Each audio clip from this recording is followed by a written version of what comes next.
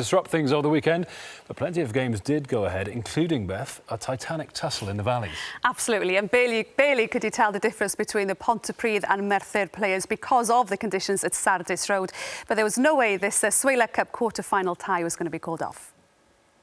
Nearly 5,000 of them came to the House of Pain, make that the House of Rain, for the clash billed by some as the money men against the badge boys. So many rivalries. The return of the chief, 4 ex-Ponty players in the Merthyr side, Ponty coached by a Merthyr boy. Championship leaders against the Premiership leaders, the Valleys Cup final. Merthyr do the easy bit simply enough, and now in a muddy morass of a maul, they edge to the Pontypridd line. Over they go. Can they get it down? It's a try, says the referee. And you could perm any 1 from 8, but it looks like Ocean Davis, the flanker, who's getting the congratulations. And that is the 22 of Merthyr. You can just about see, I promise you. And a penalty given to Pontypridd. And this would be point blank usually for Kerry Sweeney, but in the conditions, that is an excellent kick from the former Wales outside half, and Ponty are on the board. Ponty getting much more of the play in this second half. Downs away to Sweeney, and that's the only tactic left really in these conditions. Ponty forwards following up the kick. Now they've got it again. That's Lockyer in the scrum half position. Reception committee waiting for him.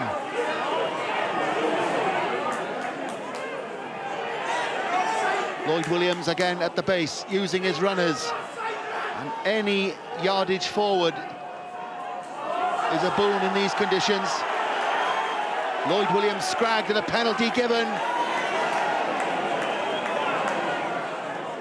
Again, this would be usually straightforward for Sweeney. He's got a little bit of the breeze behind him, and that takes Ponty into the lead. And as we go into the final quarter, how important could that be?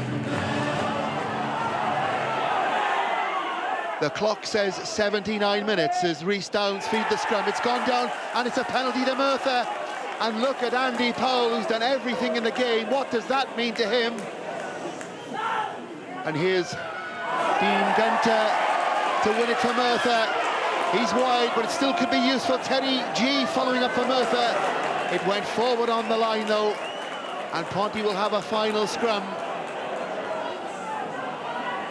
Merthyr with one final chance, using that blind side. Now they need it quick. It's a bit slovenly coming back though, and Ponty are almost able to burgle it back. It went forward, and that is it. That is it. Pontypridd by a point. It's a classic cup game, wasn't it? Plenty of passion. It's great to see so many people down here, and it's nice just to come through with 1 point display. It was difficult, obviously. Conditions didn't help to play rugby, but you know, I think second half we made the least amount of errors, so you know, to come up losers there, we were quite disappointed. Oh, Martin, the former Pontypridd player, of course, pretty testing conditions there, to say the least, as I was I'm just glad nobody drowned looking at that. They look quite dangerous, didn't it? But it's a shame, really, the weather was the way it was. Kind of made a lottery of the game. But like Rob Sidoli said, they're a fantastic crowd, etc. What about the significance of this game, though, when you consider the two clubs, probably two of the biggest, most ambitious, certainly, playing each other? Yeah, look, it's all everybody in the Valleys were talking about for the last week or so when they knew it was going to be Saturday, and the turnout there was great. Two ambitious clubs, like you say, obviously. Stan Thomas has thrown a lot of money at Merthyr, and they're really ambitious. There's nothing wrong with that. It's good, I think, that they've come in and stirred the pot a little bit, and Ponty have had to react. So it was a real old-school derby, kind of game I used to watch Rob playing in there, and stuff. So, but you know, Ponty go through, but you know, Merthyr are hot in their heels, definitely. You've mentioned the crowd a couple of times, of course. 4,800. That's quite remarkable when you take into account 5,200 was at the Blues Treviso game as well. Yeah, it adds fuel to the fire, doesn't it? You know, that how many got there, but it just showed, you know, it caught the imagination of everybody. You know, it's been building up over the last few months, so brilliant to see Sardis Road full again. Brilliant. Well, good luck to Ponty in the next round. Martin, thank you very much. Well, let's turn our